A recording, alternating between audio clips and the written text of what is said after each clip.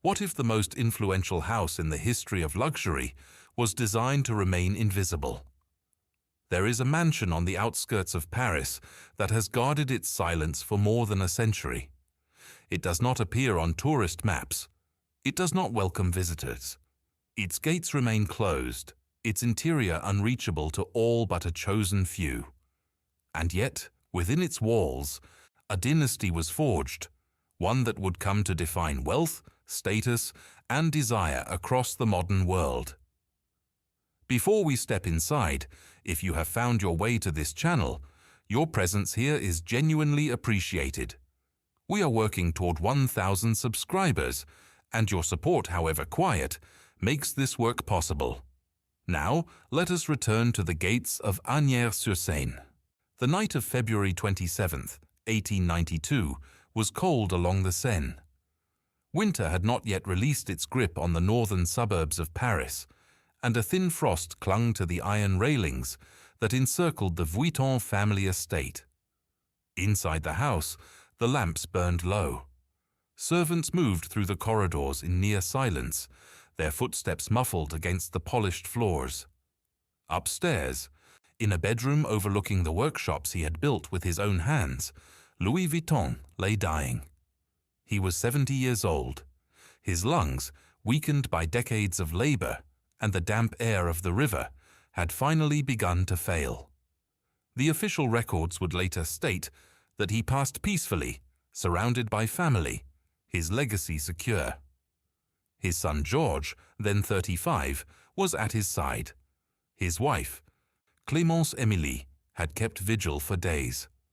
The house, which had served as both home and headquarters for the Vuitton enterprise, fell into a stillness that would define its character for generations to come. But even in death, Louis Vuitton remained an enigma. The man who had dressed the luggage of empresses and industrialists, who had outfitted expeditions and aristocratic households across Europe, left behind remarkably little personal testimony. No memoir, no extensive correspondence made public. His voice, if it survived at all, survived only in the objects he created: the trunks, the cases, the mechanisms of travel that bore his name. The house at Asnières became, in a sense, his final and most private trunk, sealed, protected, revealing nothing of its contents to the outside world. The estate had been constructed in 1859, just 5 years after Louis Vuitton opened his first workshop on the Rue Neuve des Capucines in Paris. The decision to move operations to Asnières was practical. The suburb offered space, proximity to the river for transport, and distance from the congested city center. But it was also symbolic. Louis Vuitton was not merely relocating his business. He was building a world, a self-contained realm where craft, family, and commerce would become inseparable. The main house rose alongside the ateliers, a deliberate fusion of domestic life and industrial production. Workers labored within sight of the family's private quarters. The sound of hammers and the smell of treated canvas drifted through the gardens. There was no boundary between the Vuitton name and the Vuitton household. To live as a Vuitton was to be perpetually surrounded by the machinery of one's own legacy. This arrangement suited Louis. He was, by all accounts, a man of obsessive discipline. Born in 1821 in the Jura Mountains, he had walked to Paris as a teenager, arriving with nothing but ambition and a willingness to learn. He apprenticed under Monsieur Maréchal, a renowned layetier, mastering the art of packing and trunk-making. By the time he struck out on his own, he had already developed a reputation for precision, an almost unsettling perfectionism that clients either admired or feared. The house at Asnières was the culmination of that perfectionism. Every detail reflected control. The layout of the workshops, the placement of the family residence, the careful separation of public and private spaces, all of it served a singular vision. Louis Vuitton did not simply want to make trunks. He wanted to build an institution, one that would outlast him, one that would carry his name into a future he could not see but intended to shape. And so, on that February night in 1892, when Louis Vuitton took his final breath, the house did not mourn openly. There were no public announcements, no grand funerals reported in the press. The family grieved in private, behind the same walls that had always shielded them. Georges Vuitton assumed control of the company without ceremony. The workshops resumed their rhythms within days. The name on the trunks did not change. Nothing, from the outside, appeared different at all. But something had shifted. The founder was gone, and with him, the last direct memory of the company's origins. What remained was a system, a mechanism of inheritance, craftsmanship, and secrecy that would govern the Vuitton family for the next century. The house at Asnières, once a workshop, had become a shrine. And shrines, by their nature, are not meant to be entered lightly. Georges Vuitton had been prepared for this moment his entire life. From childhood, he had watched his father build an empire from canvas and poplar wood. He had learned the trade not as an outsider, but as an heir, trained in the workshops, educated in the mechanisms of both craft and commerce. When Louis died, Georges did not hesitate. He stepped into the role as though it had always been his, because in truth, it had. Under Georges, the house at Asnières transformed. The workshops expanded. New buildings rose along the Seine, each one dedicated to a specific stage of production. The cutting rooms, the assembly halls, the finishing ateliers, all of it grew, fed by demand from an increasingly global clientele. The Vuitton name, already prestigious, became synonymous with a particular kind of wealth, discreet, enduring, impervious to the fluctuations of fashion. But Georges understood something his father had only intuited. He understood that luxury was not merely about quality, it was about control. Control over materials, over methods, over the very perception of the brand. And so he instituted systems that would govern every aspect of production. Nothing left Asnières without his approval. No design was finalized without his signature. The workshops operated with a discipline that bordered on the monastic, each artisan bound by codes of conduct that extended far beyond their working hours. The family home, situated at the heart of this expanding complex, became the nerve center of an increasingly secretive operation. Georges lived there with his wife, Josephine, and their children. The house was comfortable but never ostentatious. Its rooms were furnished with restraint, its gardens maintained with precision. Visitors were rare, and those who were admitted spoke of an atmosphere that was at once welcoming and deeply guarded. One did not simply enter the Vuitton household, one was granted an audience. This insularity was deliberate. Georges had witnessed the dangers of exposure. The late 19th century was an era of imitation and fraud.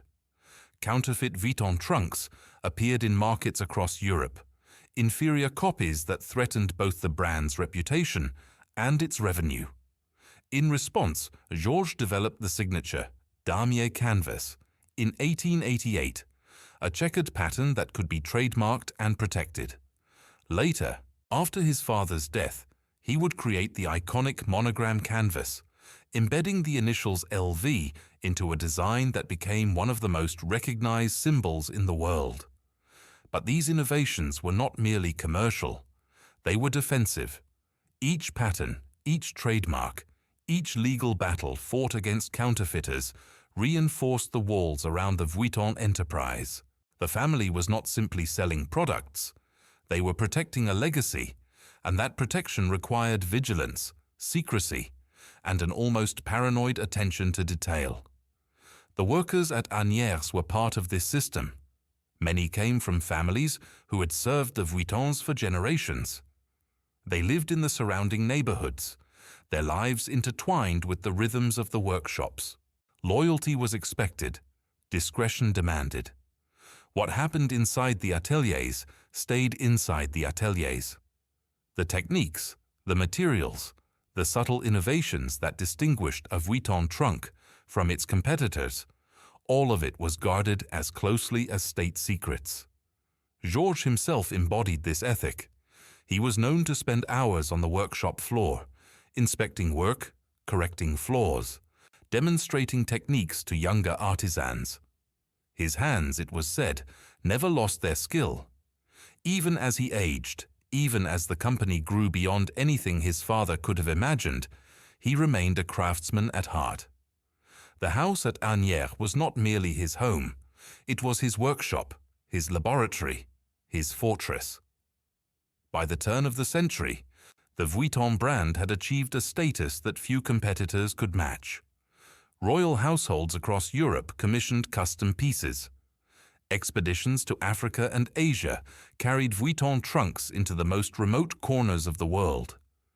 The company's client list read like a catalogue of power: industrialists, diplomats, artists, aristocrats. And yet, despite this visibility, the family itself remained almost invisible. They did not court publicity. They did not seek social acclaim. They worked, they produced, they protected.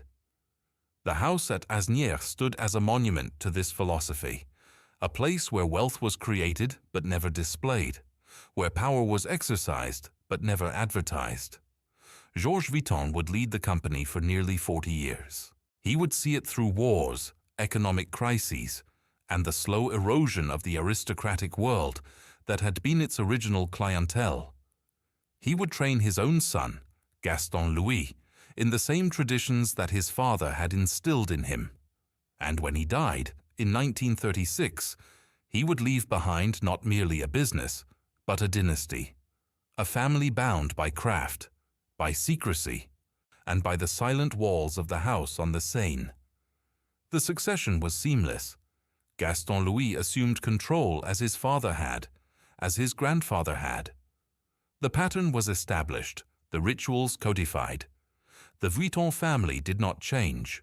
They endured. And the house at Asnières, now nearly 80 years old, continued to guard its secrets, its gates closed to a world that could only imagine what lay within. Gaston Louis Vuitton inherited more than a company. He inherited a philosophy, a way of being that had been refined over 2 generations and encoded into every aspect of the family's existence. The house at Asnières was not merely where he lived. It was the physical manifestation of everything his family believed. That excellence required isolation, that legacy demanded sacrifice, and that the outside world, however eager to consume the products of Vuitton craftsmanship, must never be permitted to see how those products came into being. He was, by temperament, well suited to this inheritance. Where his father had been stern and methodical, Gaston Louis possessed a quieter intensity.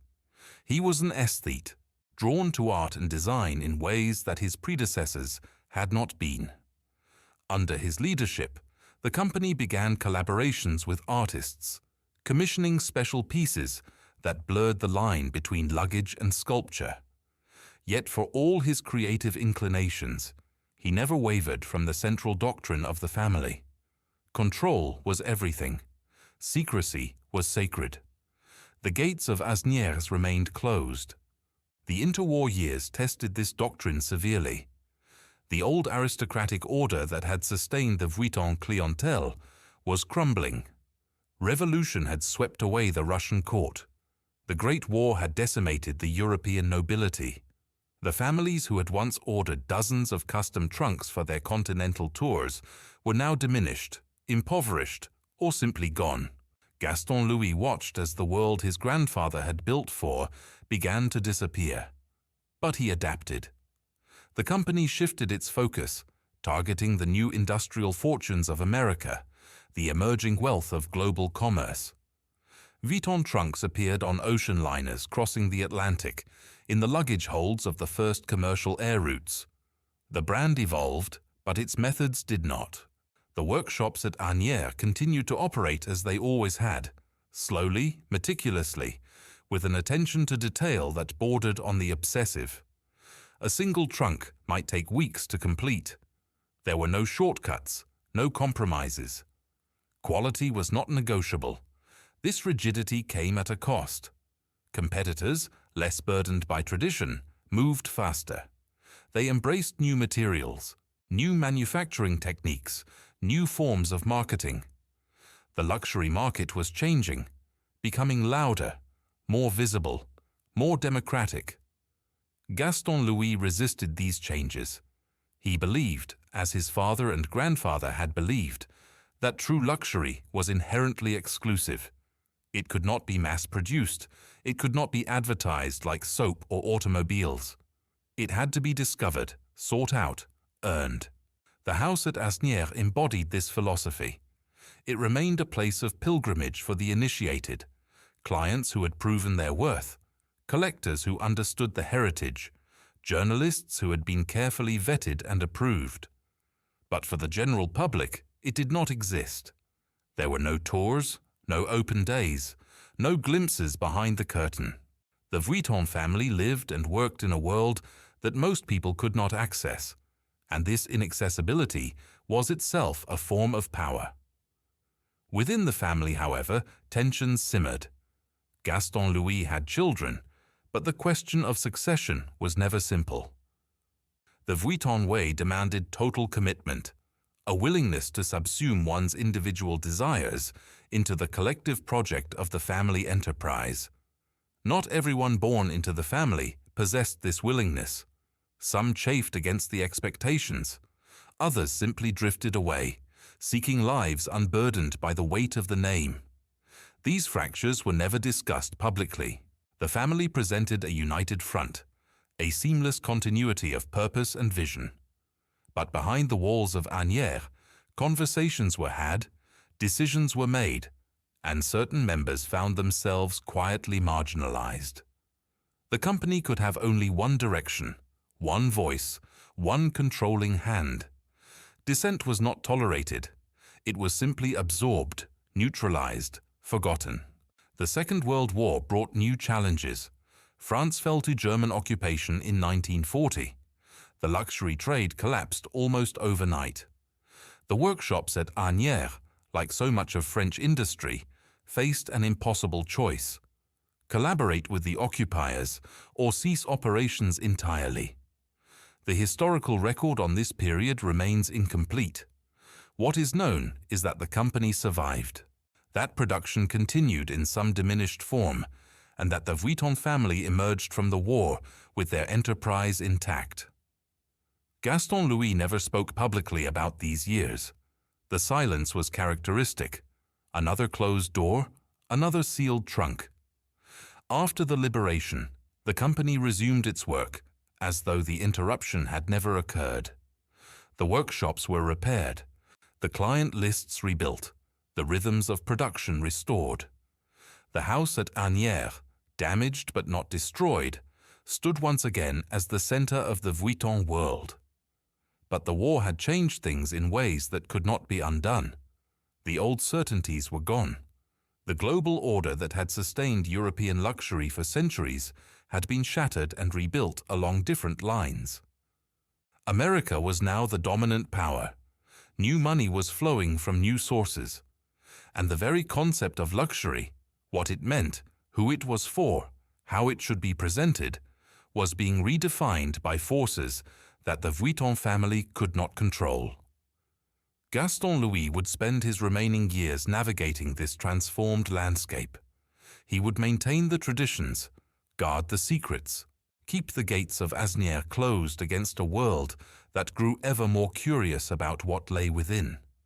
But he knew, as perhaps his father and grandfather had not, that the future would demand compromises. The family could not remain isolated forever. Sooner or later, the walls would have to come down. The decades that followed the war marked a slow erosion of everything the Vuitton family had built. Not the company itself, that continued to grow, to expand, to accumulate prestige. But the particular vision that Louis had established, the fusion of family and enterprise, of home and workshop, of blood and craft. This began to fracture in ways that no one outside the walls of Asnières could fully perceive. Gaston Louis died in 1970, having led the company through nearly 4 decades of transformation. His passing marked the end of an era. For the first time in the company's history, there was no clear successor waiting in the wings. The family had multiplied across generations, and with that multiplication came competing claims, divergent visions, and the inevitable dilution of authority. The workshops at Asnières continued their work, but the guiding hand that had once directed every detail was now divided among heirs who did not always agree. The luxury market, meanwhile, had become something that Louis Vuitton would not have recognized. The quiet discretion that had defined the brand for a century was being replaced by something louder, more aggressive, more visible. Competitors were building global empires through advertising, through celebrity endorsements, through the democratization of desire. Luxury was no longer the exclusive province of aristocrats and industrialists.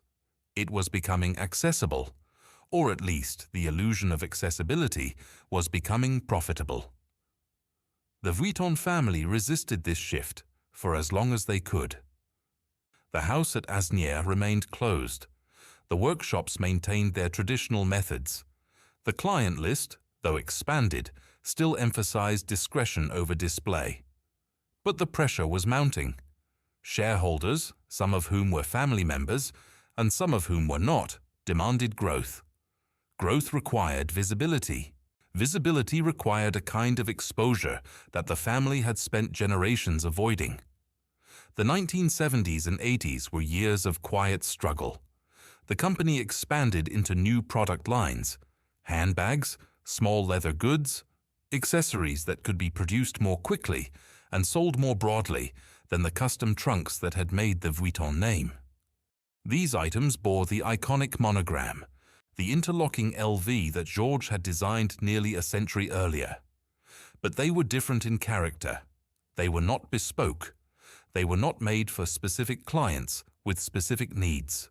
They were products, mass-produced and mass-marketed, designed to generate revenue at a scale that the old workshops could never have achieved. For the purists within the family, this was a betrayal. The monogram, once a mark of exclusivity, was becoming ubiquitous. The very symbol that had been created to protect the brand from counterfeiting was now being stamped onto items that anyone with sufficient money could purchase. The democratization that the family had resisted for so long was happening from within. The house at Asnières became, during these years, a kind of sanctuary for those who remembered what the company had been. The original workshops still operated, still produced the custom trunks and special orders that represented the highest expression of Vuitton craftsmanship. Artisans who had learned their trade from masters, continued to work in the same rooms where Louis himself had once supervised production. But they were now a minority, a remnant of a tradition that the broader company was steadily leaving behind. The family's grip on the enterprise was weakening. Financial pressures, inheritance disputes, and the sheer complexity of managing a global brand had made it impossible for any single Vuitton to exercise the kind of control that Louis, Georges, and Gaston Louis had wielded. Decisions were increasingly made by committees, by boards, by professional managers who understood markets and margins, but who had no personal connection to the house on the Seine. In 1987, the unthinkable happened. The company merged with Moet Hennessy to form LVMH, a conglomerate that would eventually become the largest luxury goods empire in the world. The Vuitton family, though still present, was no longer in control. The name remained, the monogram remained, the workshops at Asnières remained. But the soul of the enterprise, the particular fusion of family, craft, and secrecy that had defined it for over a century, had been fundamentally altered. Bernard Arnault, the financier who would eventually take control of LVMH, understood the value of what the Vuittons had built. He understood that the house at Asnières was not merely a factory, but a symbol, a source of legitimacy that no amount of money could manufacture. Under his leadership, the estate would be preserved, even celebrated. But it would be preserved as a monument, not as a living center of family life and production. The Vuittons themselves would gradually recede from view, their role reduced from owners to custodians, from rulers to relics. The irony was not lost on those who remembered the old ways. Louis Vuitton had built his house to protect his legacy from the outside world. He had closed its gates, guarded its secrets, maintained its isolation across generations. And in the end, the outside world had not broken down those gates. It had simply purchased them.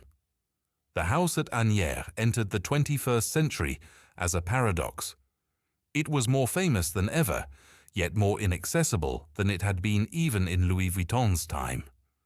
The workshops still operated, the artisans still labored, the trunks still emerged bearing the monogram that had become one of the most recognized symbols on earth.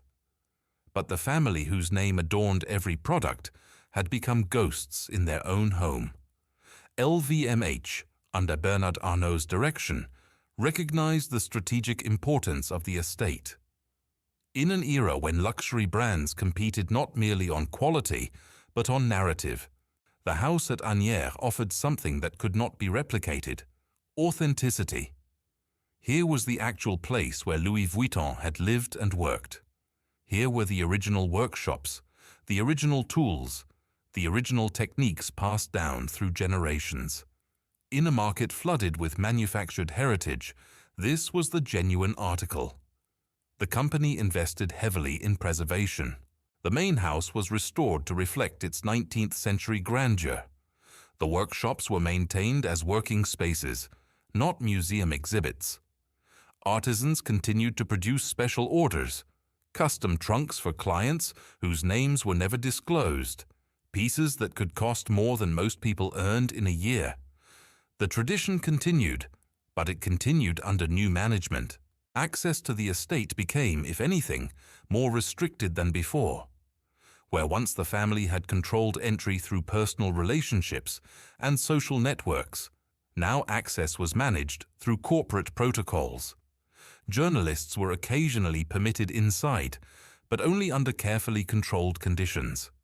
Photographers captured images that were approved before publication. The house appeared in glossy magazines and documentary films, always presented in the same way: reverent, admiring, devoid of critical perspective. This controlled visibility served a purpose.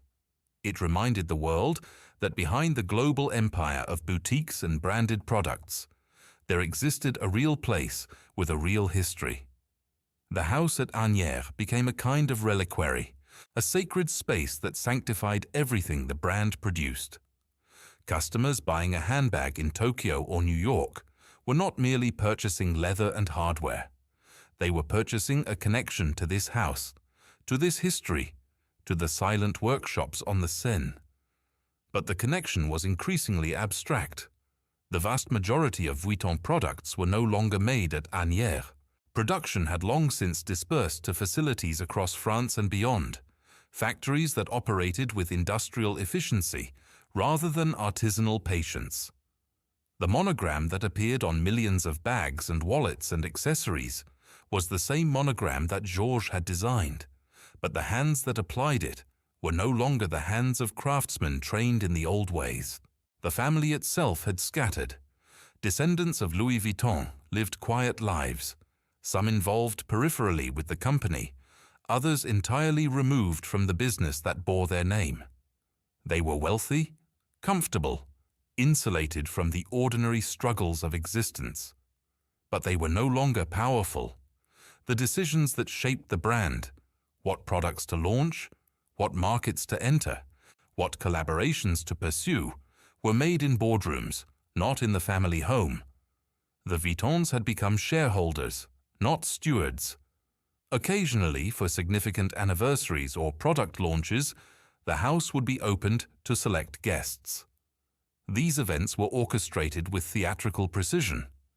Guests would be transported from Paris, guided through the restored rooms, shown the workshops where artisans demonstrated traditional techniques. They would see the original trunks, the historical artifacts, the photographs of Louis and Georges and Gaston Louis. They would leave with a sense of having touched something authentic, something real. What they would not see were the tensions that simmered beneath the surface, the debates over how much to preserve and how much to modernize, the pressure to make the heritage more accessible, more marketable, more compatible with the demands of a global brand, the quiet resentment of artisans who saw their craft reduced to a marketing prop. The house at Asnières contained all of these contradictions, but its walls were thick and its gates remained closed. The neighbors in the surrounding suburb had grown accustomed to the estate's presence. For them, it was simply a fact of the landscape, a large property behind high walls, occasionally busy with deliveries and visitors, but otherwise silent. Few of them had ever been inside. Few of them thought much about what happened there. The Vuittons had always been private, and that privacy had become so complete that it no longer even registered as unusual. Inside the workshops, the rhythms continued. Leather was cut and stitched. Canvas was stretched and treated. Hardware was polished and attached. The techniques had been refined over more than a century and a half, each generation adding small improvements while preserving the essential methods. An artisan working at Asnières today would recognize the tools used by an artisan in 1860. The continuity was remarkable, almost unprecedented, in an industry defined by constant change. But continuity was not the same as vitality. The house had become a monument to its own past, a place where history was performed rather than lived. The family that had built it, sustained it, and ultimately lost it, had left behind only their name, a name that now belonged to a corporation, a brand, a global system of production and consumption that Louis Vuitton could never have imagined. The question of what to do with heritage haunted the luxury industry throughout the early decades of the new century. Every major house faced the same dilemma: how to honor the past without being imprisoned by it, how to grow without losing the authenticity that justified premium prices. For Louis Vuitton, the house at Asnières represented both the answer and the problem. In 2011, the company made a decision that would have been unthinkable to earlier generations. They opened portions of the estate to the public. Not freely, not casually. Visits had to be arranged months in advance, groups were kept small, and the experience was carefully curated. But for the first time in over 150 years, ordinary people could walk through the rooms where Louis Vuitton had lived, could see the workshops where his descendants had continued his work, could touch the history that had been guarded so jealously for so long. The response was overwhelming. Requests flooded in from around the world.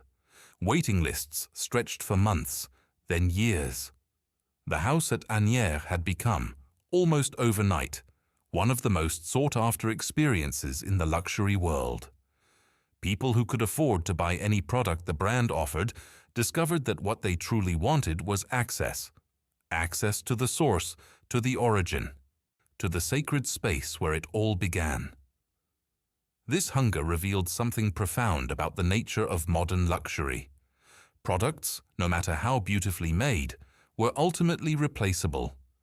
There would always be another bag, another trunk, another object to desire and acquire. But there was only one house at Asnières. There was only one place where Louis Vuitton had actually lived and worked. In a world saturated with possessions, experience had become the ultimate commodity. The company understood this and exploited it with characteristic precision. The visits were not merely tours, but performances, carefully staged encounters with history. Guests were greeted at the gates, guided through the gardens. introduced to artisans who demonstrated techniques unchanged since the 19th century. They saw trunks commissioned by Maharajas and movie stars, pieces that had traveled to expeditions and world fairs. They left with photographs, with memories, with stories to tell at dinner parties and business meetings. What they did not see was equally significant. The private quarters of the family remained closed. The archives, containing correspondence and records accumulated over generations, were accessible only to approved researchers. The financial arrangements, the corporate structures, the complex web of ownership and control that governed the brand, all of this remained hidden behind the same walls that had always protected the Vuitton secrets. The artisans themselves occupied an ambiguous position in this new arrangement. On one hand, their skills were celebrated, their work displayed as evidence of the brand's commitment to craftsmanship. On the other hand, they had become performers, their labor transformed into spectacle for the benefit of visitors who would never understand the years of training, the physical demands, the quiet dedication required to master their trade. Some embraced this role, finding satisfaction in the recognition. Others resented it, feeling that their craft had been reduced to entertainment. The workshops continued to produce, but the nature of production had changed. Special orders still arrived, requests for custom pieces that pushed the boundaries of what was possible with leather and canvas and wood. These commissions came from clients whose wealth was measured not in millions, but in billions, individuals for whom a bespoke Vuitton trunk was merely another acquisition in a life defined by acquisition. The artisans fulfilled these orders with the same care they had always applied, but the relationship had shifted. They were no longer craftsmen serving patrons. They were employees serving a brand. The surrounding neighborhood had transformed as well. Asnières-sur-Seine, once a quiet industrial suburb, had become increasingly gentrified. Property values rose as the Vuitton Association added prestige to the area. New residents arrived, drawn by the proximity to Paris and the cachet of living near the famous estate. The old workers' quarters, where generations of Vuitton artisans had raised their families, were renovated into expensive apartments.